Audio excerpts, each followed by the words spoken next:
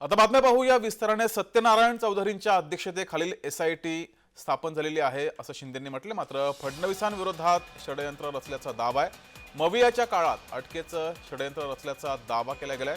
उच्चस्तरीय चौकशीसाठी समिती गठीत केली आहे। मुंबई उच्च न्यायालयामध्ये पेन ड्राईव्ह सुपूर्द केला गेलाय।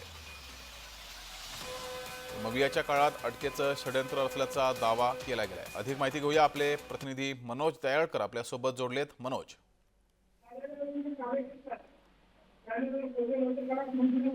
मनोज, आवाज पोहोचतोय? हा, नक्कीच बोला। हा मनोज, सत्यनारायण चौधरींच्या अध्यक्षतेखालील एसआयटी स्थापन झालेली आहे आणि या संदर्भात अनेक दावे प्रतिदावे मात्र समोर येत आहेत। नक्कीच जगदीश, आपण बघितलं तर प्रवीण दरेकर यांनी 2024च्या नागपूरच्या हिवाळी अधिवेशनामध्ये आपण सभागृहामध्ये एक विषय मांडला होता। त्यामध्ये आपण बघितलं देवेंद्र फडणवीस आणि एकनाथ शिंदे यांना अटक करण्याचं मागणी ही आपण बघितलं महाविकास आघाडीच्या काळामध्ये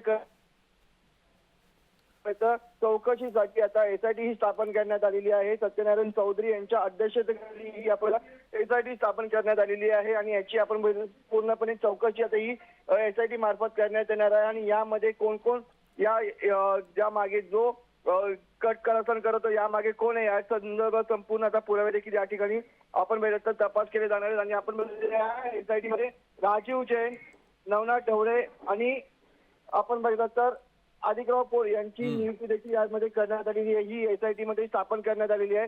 त्यामुळे आता या एसआयटी मध्ये आता कशा प्रकारे चौकशी केली जाते, कोणाकोणाला यामध्ये चौकशीसाठी बोलवण्यात येणार आहे हे देखील पाहणं गरजेचं ठरणार आहे। जगदीश, जी, धन्यवाद मनोज दिलेल्या माहितीबद्दल।